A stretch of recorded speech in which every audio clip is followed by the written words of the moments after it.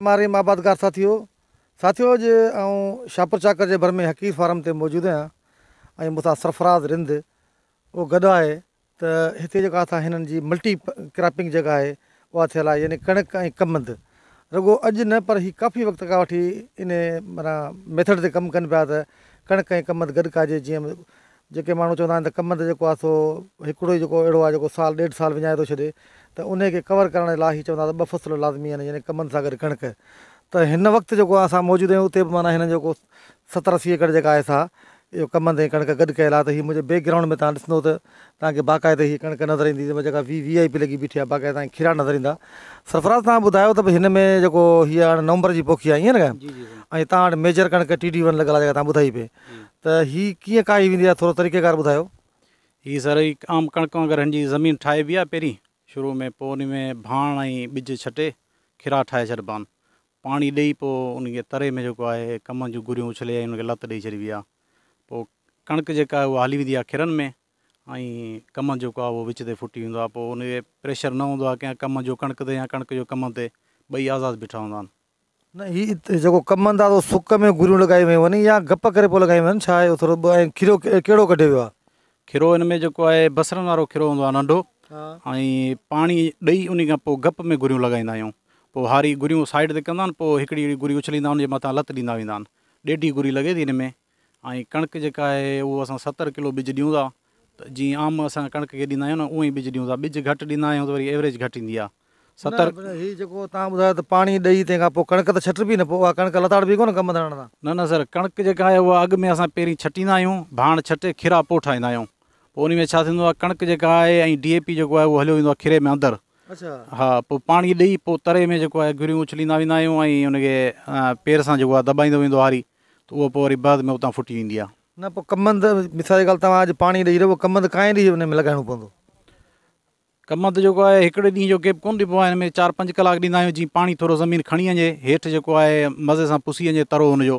पोइ उन में कमंद लॻाईंदा आहियूं, पोयां लत ॾींदा वेंदा आहिनि। मिसाल 1 एकड़ भराए 2 एकड़ में हारी वेंदा आहिनि, असीं 3-4 कलाक थी वेंदा आहिनि, पोयां खां उहो लॻाईंदा ईंदा आहिनि। न पोइ हिन में DAP तरे में घणो ॾिनो वियो आहे या ॿिया भाण कहिड़ा ॾियो था जेके तरे में, पोइ केतिरो ॾिनो वेंदो भाण। DAP जी बोरी ऐं SOP जी बोरी असां तरे में ॾींदा आहियूं, ऐं पोइ खीरा कढी छॾींदा आहियूं। बाक़ी जेको कमंद उहो लॻाए ऐं पोइ वरी बाद में जेको आहे लॻण ते अधु बोरी DAP ॾींदा आहियूं। बाक़ी हर वारे ते जेका आहे यूरिया जी बुकी ईंदी आहे, ऐं असां वटि हिते कणक खे जेको आहे 3 बुकियूं ॾींदा आहियूं यूरिया जी, उनखां वधीक कोन ॾींदा आहियूं।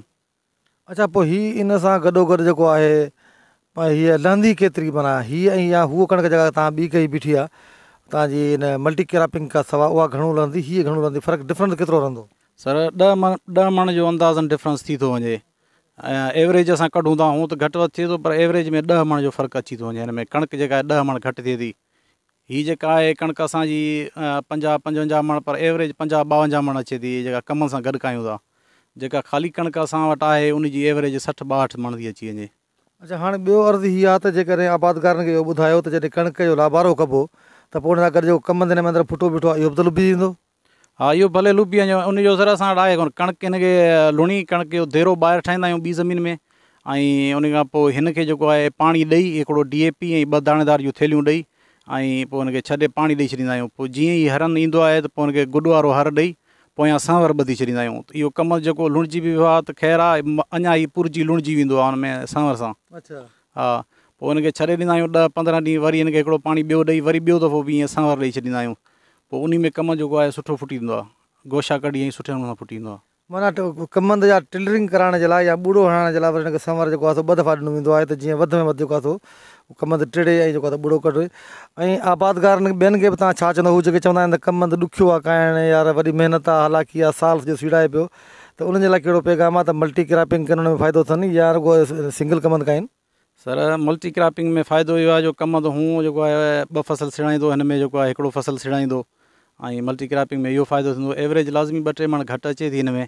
बाक़ी इहो आहे जो ख़ाली कमंद काईंदासीं त उहो बि असांजी ज़मीन साल सिड़ाईंदो, हीअ जेको आहे हिकिड़ो फ़सल जेको आहे असांजो बची वेंदो उन हिसाब सां। बाक़ी कमंद बि माशाल्लाह ज़बरदस्त थिए थो, ऐं कमंद खे का बि परेशानी कोन थी थिए। कमंद जी बि एवरेज जेका आहे हिते असां वटि कणक ऐं कमंद गॾु था कयूं त उनजी बि 1000 मण अची थी वञे।